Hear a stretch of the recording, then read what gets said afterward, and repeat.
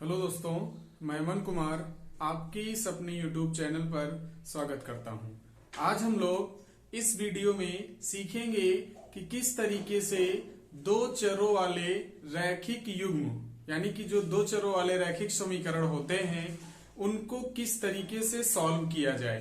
तो उनको सॉल्व करने के 3 मेथड्स होते हैं और आज हम लोग सिर्फ जो है उसमें से जो एक होता है प्रतिस्थापन मेथड, जिसको हम लोग इंग्लिश में सब्स्टिट्यूशन मेथड कहते हैं, उससे हम लोग सॉल्व करके आंसर को प्राप्त करेंगे। तो यह आपका एक ऐसा टॉपिक है जो है इम्पोर्टेंट भी है और आप चाहे जिस क्लास के हों, 8th के हों, 9th के हों या फिर 10th के हों, वो जो है इस वीडियो को देख सकते हैं। तो चलिए देखते हैं जो है हम लोग जो है इन क्वेश्चंस को। तो जैसे अगर हम लोग बात करें कि इसमें लिखा है कि निम्न रैखिक समीकरण युग्म को प्रतिस्थापन विधि से हल कीजिए, तो उसको हम लोग सबसे पहले आपका जैसे फर्स्ट क्वेश्चन लिखा है कि 3x + 2y = 7 और जो दूसरा रैखिक युग्म लिखा है वो 4x + y = 6, ये आपको जो है दे रखा है। तो जो है प्रतिस्थापन मेथड जो होता है उसमें हम लोग सबसे पहले जो इक्वेशन दी है उनको नोट कर लेंगे। तो लिखेंगे दिए गए रैखिक समीकरण और वो आपको दे रखा है 3x + 2y = 7, ये दे रखा है और इसको हम लोग इक्वेशन 1 कंसीडर कर लेंगे और जो दूसरा दे रखा है 4x + y = 6, उसको हम लोग सेकंड कंसीडर कर लेंगे। तो जब भी आपको प्रतिस्थापन मेथड से सॉल्व करना हो, यानी कि जब आपको सब्स्टिट्यूशन मेथड से सॉल्व करने के लिए कहा जाए, तो हम लोग जो करते ये हैं कि किसी एक समीकरण से किसी एक चर का मान हम लोग निकाल लेते हैं और उस मान को दूसरे समीकरण में ले जाकर के उसको पुट कर देते हैं। तो चलिए जो इन दोनों में से किसी एक समीकरण से किसी एक चर का मान निकालते हैं। तो जो है हम लोग समीकरण 2 से जो है एक जो है वेरिएबल का मान निकालेंगे, चाहे आप x की वैल्यू को निकाल लें y के टर्म में या फिर y की वैल्यू को x के टर्म में उसको प्राप्त कर लें। तो लिखेंगे समीकरण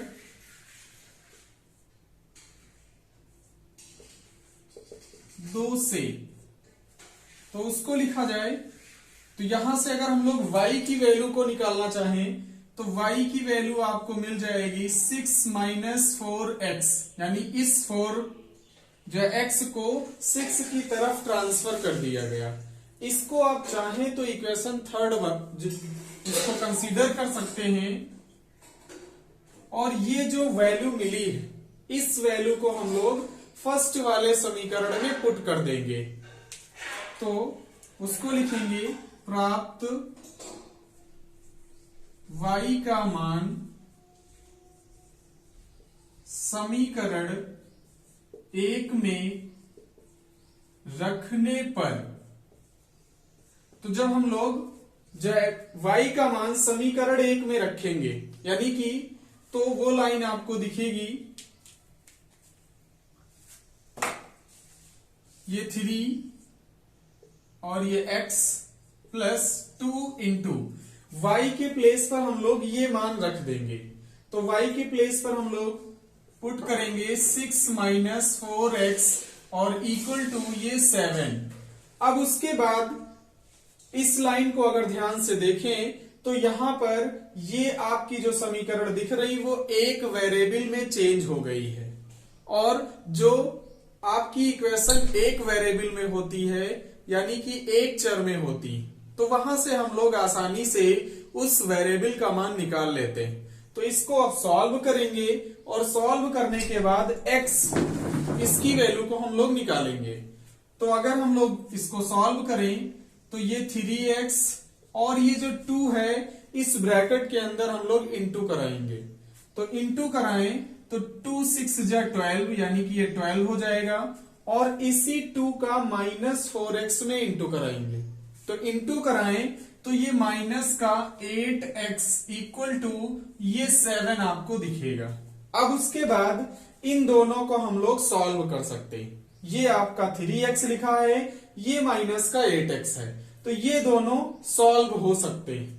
तो इसको सॉल्व करेंगे तो ये माइनस का है, ये प्लस का है, दोनों आपस में सब्ट्रैक्ट हो जाएंगे, यानी कि ये आपको माइनस का 5x और प्लस का 12 इक्वल टू 7 ये लाइन दिखेगी।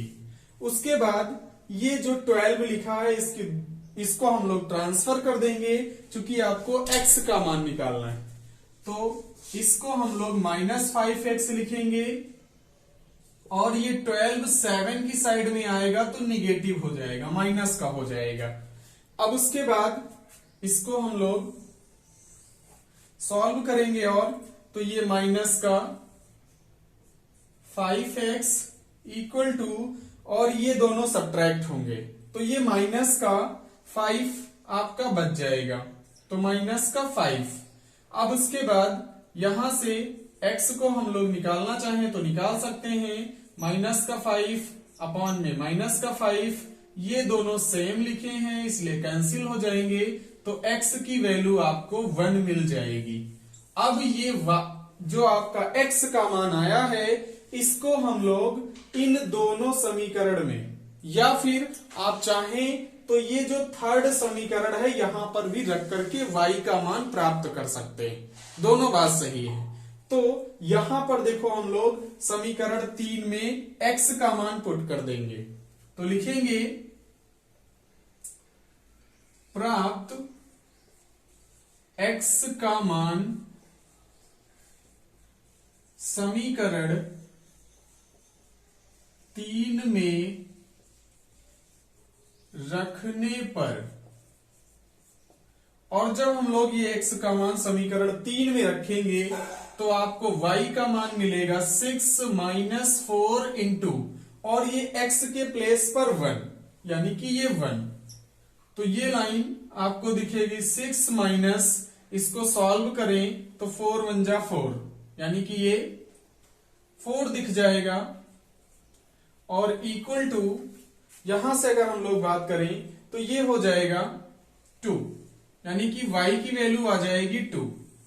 अब उसके बाद इसको यानी कि x का मान भी हो गया, y का मान भी हो गया। अब बिल्कुल इसी तरीके से हम लोग लास्ट में लिख देंगे कि अतः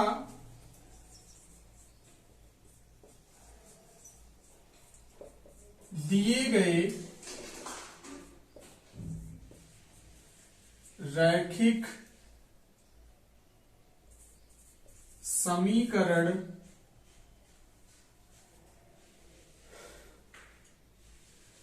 युग्म का हल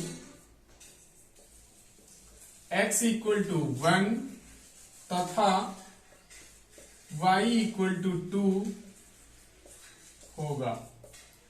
तो इस तरीके से ये फर्स्ट वाला क्वेश्चन आपका जो है कंप्लीट हो जाता है। अब इसका स्क्रीनशॉट लेना चाहें तो ले सकते हैं। अब उसके बाद दूसरे क्वेश्चन की बात करें तो बिल्कुल उसको भी हम लोग इसी तरीके से सॉल्व करेंगे।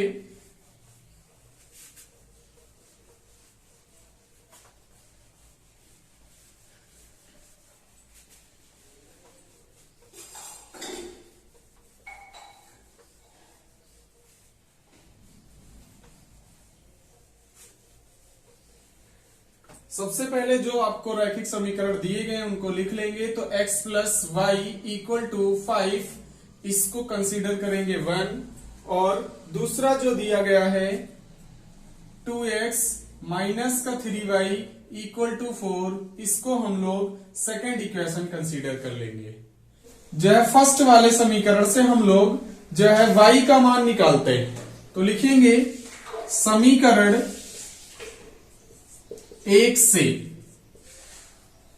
अगर देखा जाए तो y का मान हम लोग निकाल सकते हैं और x का मान भी निकाला जा सकता है। तो y को अगर हम लोग लिखें तो ये 5 माइनस एक्स ये आपको दिखेगा। इसको हम लोग फिर चाहें तो समीकरण थर्ड कंसीडर कर सकते हैं या 3 उसको मान सकते हैं। अब उसके बाद ये y का मान जो मिला है इसको हम लोग समीकरण 2 में पुट कर देंगे। तो लिखेंगे समीकरण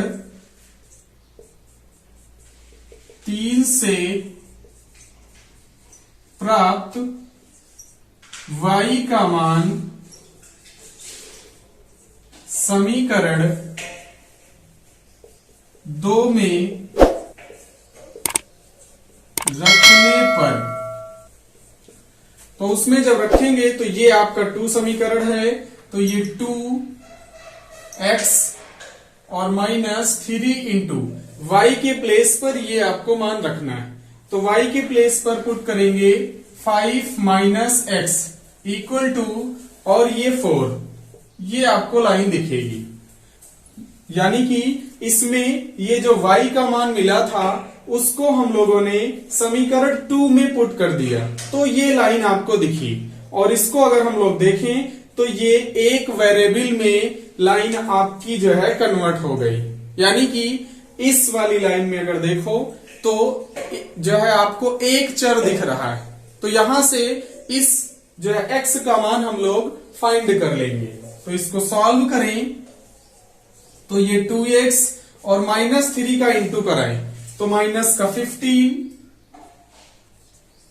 और माइनस और ये माइनस इंटू कराएं तो प्लस का आएगा और ये 3x इक्वल टू 4। अब उसके बाद x को x में ऐड कर सकते हैं, यानी ये दोनों टर्म को, तो ये 2x और ये 3x, तो ये मिलकर के हो जाएगा 5x माइनस का 15 और इक्वल टू 4। अब उसके बाद इस 15 को राइट में ट्रांसफर करेंगे तो ये आपको दिखेगा 5x इक्वल टू 4 प्लस 15। ये 15 माइनस का है, इस साइड में आएगा तो प्लस का हो जाएगा। और उसके बाद इन दोनों को ऐड कर लें तो ये 19 और ये 5x। यहां से x की वैल्यू को निकालें तो x इक्वल टू आपको दिखेगा 19 और अपान में 5, यानी x की वैल्यू जो आई वो 19/5।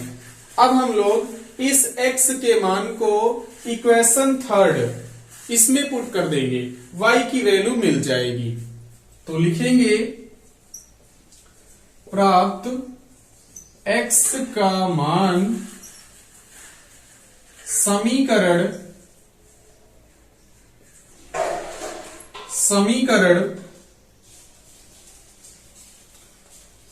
3 में रखने पर, और जब इसमें पुट करेंगे तो ये आपको दिखेगा y इक्वल टू 5 माइनस और x के प्लेस पर 19/5 ये। अब इसको सॉल्व करें तो इसके अपान में 1 हम लोग कंसीडर कर सकते हैं, और ये तब तक नहीं सॉल्व होगा जब तक ये आपका 5 के अपान में 5 ना दिख जाए, यानी कि दोनों के डिनोमिनेटर इक्वल ना हो जाए। तो उसको हम लोग इक्वल बनाएंगे और 1 और 5 का जो एलसीएम भी आता है वो 5 आता है, यानी इस 1 को 5 से इंटू कराना पड़ेगा तब जाके इक्वल होगा। तो उसको लिखेंगे 5/1 और 5 से इंटू करा देंगे और माइनस का 19/5। इसको सॉल्व करें तो 5 जा 25 और ये माइनस का 19 और अपान में दोनों के 5 आ चुका है, इसलिए अब हम लोग उसको सॉल्व कर सकते हैं। तो 5 लिख लेंगे और ये y।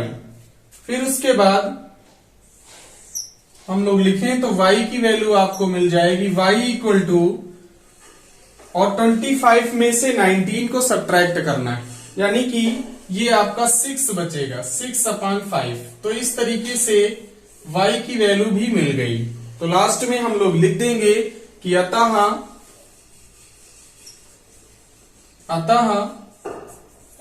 दिए गए रैखिक समीकरण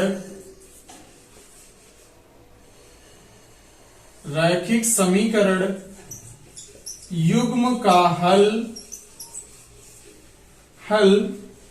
x इज इक्वल टू 19/5 व y इक्वल टू 6/5 होंगे।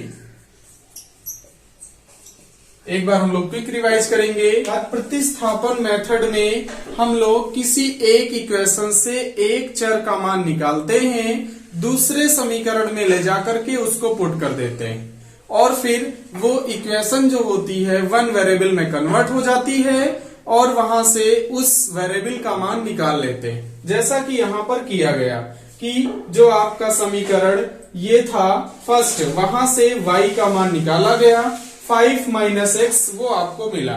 फिर ये y का मान समीकरण 2 में ले जाकर के पुट किया गया तो ये आपको एक वेरिएबल में कन्वर्ट हो गई इक्वेशन और वो प्राप्त हुई। फिर उसके बाद इसको सॉल्व किया गया तो x की वैल्यू 19/5 मिली। फिर उसके बाद उसको और सॉल्व करेंगे, x की वैल्यू को ले जाकर के फर्स्ट पुट कर दीजिए और y की वैल्यू आपको मिल जाएगी। तो y में उसको पुट किया गया और वहां से ये जो है मान मिल गया। अब उसके बाद लास्ट में हम लोग लिख देंगे कि अतः दिए गए रैखिक समीकरण युग्म का हल x इज इक्वल टू 19/5 और y इक्वल टू 6/5 होंगे। तो इस तरीके से दोनों क्वेश्चन के आंसर कंप्लीट हो जाते हैं। और ये हमारा वीडियो आपको कैसा लगा जय इसे कमेंट में बताएं। और अगर हमारा वीडियो आपको पसंद आया है तो लाइक करें, शेयर करें और हमारे इस YouTube चैनल को सब्सक्राइब करना ना भूलें ताकि आने वाला हर वीडियो का नोटिफिकेशन आपको सबसे पहले मिले। Thank you.